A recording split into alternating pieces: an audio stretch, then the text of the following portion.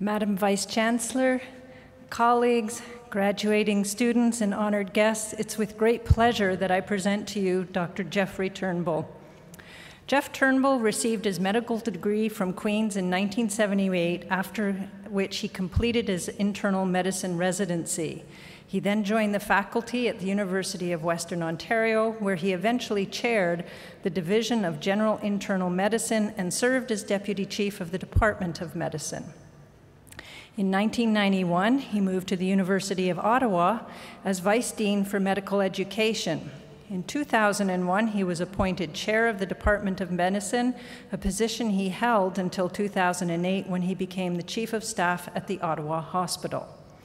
In 2010, he was appointed President of the Canadian Medical Association, a position he still holds.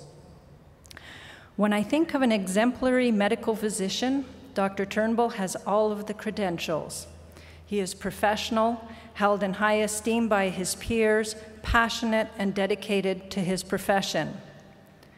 He stands apart, though. He is very special. He isn't simply exemplary because of his service as a medical doctor, but rather his exemplary service to humanity, social justice, and addressing inequalities within the healthcare system. Last year, I was fortunate enough to hear Dr. Turnbull speak at a conference of psychiatrists. And I remember thinking, what can someone with a specialization in internal medicine have to say about mental illness to psychiatrists? And what he said, I never expected. He talked compassionately and compellingly about his work with the homeless people of Ottawa.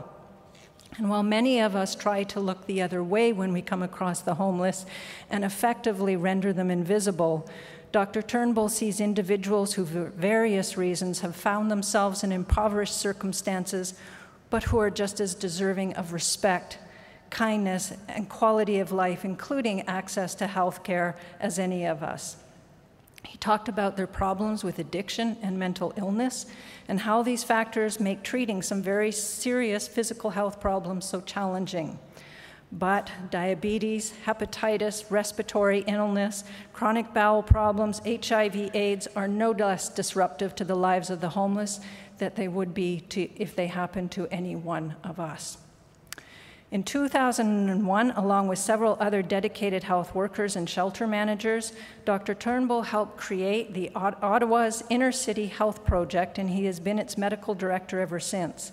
The Inner City Health Project is dedicated to providing the chronically homeless with the same quality of health care received by other Canadians and has received international acclaim for its efforts.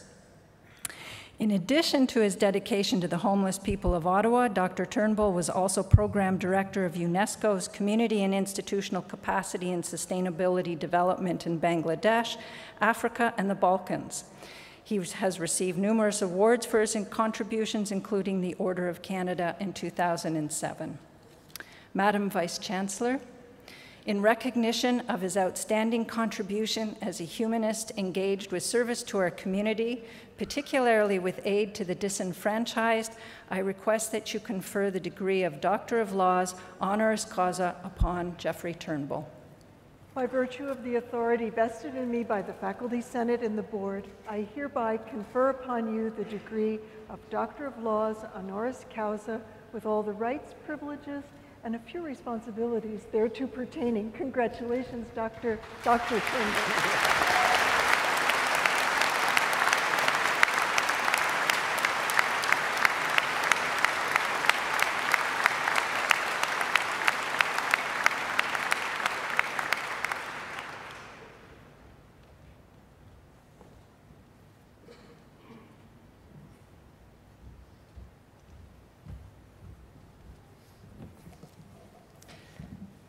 Madame la Présidente et Vice-Chancelier, distingués invités, chers collègues. What a great day, eh? I am humbled to be recognized today by this distinguished university, and I'd like to heartily say thank you. It means a great deal to me. It's also an honor to speak to such a remarkable group as those before me today. There are days in all of our lives which, by virtue of their occasions, are ones that will be remembered and reflected on for the rest of our lives. They become part of our collective memory, part of our story. Today is one of those days, and you have earned the right to reflect upon your successes and anticipate the future that lies before you with excitement. You have worked hard, sacrificed a great deal, all for what you've achieved. Your family and friends are proud of you, and you should be proud of yourselves. Today is your day. But you are more than a product of just your own ambitions and your aptitudes. Your family, your friends, your community have assisted you along the way. They must also be recognized for bringing you here before us today. Now, I know it's my task to leave you with indelible words of wisdom that I've acquired throughout my life so that you can take these forward to be better members of society. Unfortunately, I'm unable to do this, as most of the things of value that I've learned from my life have either come from my students or my patients. From my students, I continue to be enriched by the youth of this world, and I continue to learn from you. As Robert Frost said, I went to school to age, to learn the past. Now I'm old, my teachers are the young. I've learned from you not to become tarnished by cynicism or fettered by doubt, to stay true to my ideals, to remember the reasons I chose to study in the first place, to retain my enthusiasm for learning and living life to its fullest. I see that, as others have said, your generation has enormous potential because of your thoughtful worldview and belief in the promise of technology. And you have been more tolerant, less ideologic, and believe in the greater good and are dedicated to achieving this. It is your ideals and values that constantly keep those around you grounded to the concepts such as service and stewardship. It may seem odd that I've learned so much from my patients because as a physician, I'm meant to be the one with the answers. But every day, I see the challenge and drama of life, as you will see in your careers. And you will be enriched by part of the excitement that every day brings. As a physician and chief of staff at the Ottawa Hospital, I've learned from my patients just how many Canadians are not as fortunate as we are, whose circumstances have left them more vulnerable, more isolated, less resilient than the rest of us. I've learned that many of the 3 million Canadians who fall below the poverty line cannot meet their basic needs are around us, but we just don't see them. As are some of the 900,000 Canadians who use a food bank every month, or the 1,000 people within this city alone who will seek shelter in a homeless shelter tonight, starting at 4 tonight. I've seen firsthand the 12% of Canadian children who are born into poverty. And I've been fortunate to encounter some of this country's First Nations individuals who live on a reserve and therefore are more likely to go to jail than they are to university. These same Canadians are First Nations, Métis, and Inuit who live in such overcrowded, ramshackle housing, many without safe drinking water, suffer tuberculosis at a rate 30 times that of the housed population in our urban settings. 30 times. That's higher than where I work in rural Bangladesh. The other side of my life is caring with the homeless in the shelters of downtown Ottawa. Here, I have learned a lot from the homeless. They have their own stories, often funny, sometimes tragic, always compelling. They have their own community, replete with humor, courage, strength, love, skills, and accomplishments, but they would rather be part of our community. I've learned that they were at some time someone's daughter, sister, or brother. They had a bright future, but then something got in the way, and they didn't have the resilience to cope. They made bad choices, yes, but lacked the grounding needed to make good ones. They live in a world of crisis, trapped in circumstances beyond their control, and with little way out. They're subject to human rights abuses and social injustices. Every day, society's contempt for them is felt by the homeless. And the homeless pay for their poverty every day with their health. I've learned that social injustice leads to health inequity, and that many do not have the same access to prosperity and well-being that we have here today. That every Canadian has that right, but unfortunately those more vulnerable around us don't have access to the same rights that you and I would expect for our loved ones, our families, and our future generations. Today, I may be looking out at some of the 4% of the Canadians who control 60% of this country's wealth.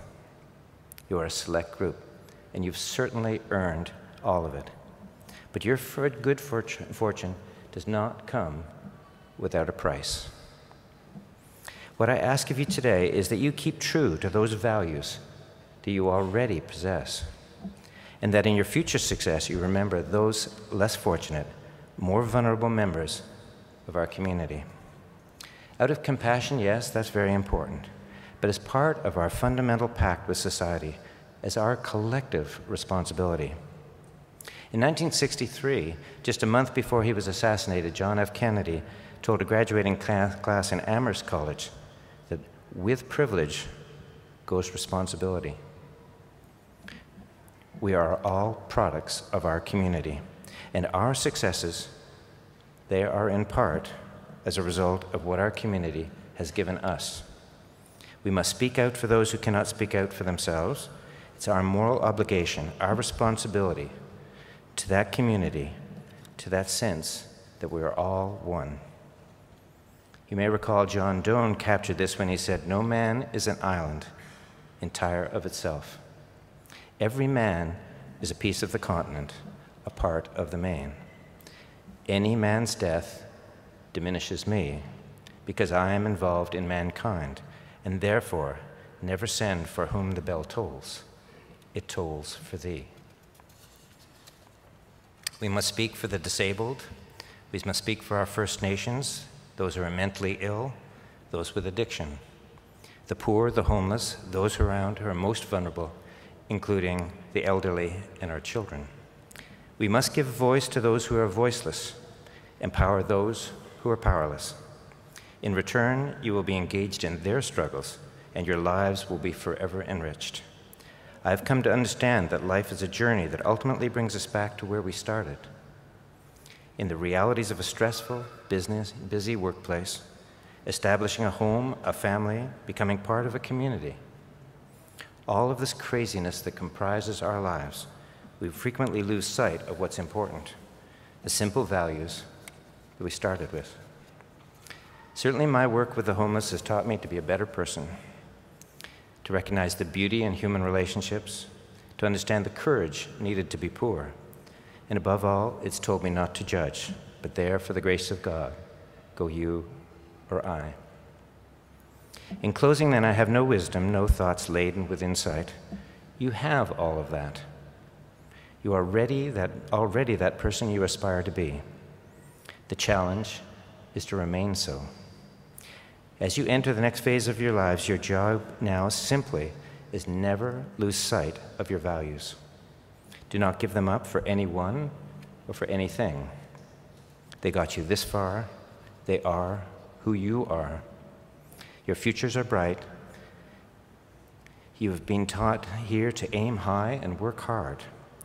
But as satisfying as your professional lives will be, as successful as I am confident that you will be, your greatest satisfaction will come not from what you get, but what you give. Remember the words of Robert Frost, "The woods are lonely, dark, and deep, but I have promises to keep, and miles to go before I sleep, and miles to go before I sleep." Congratulations to all of you. Félicitations.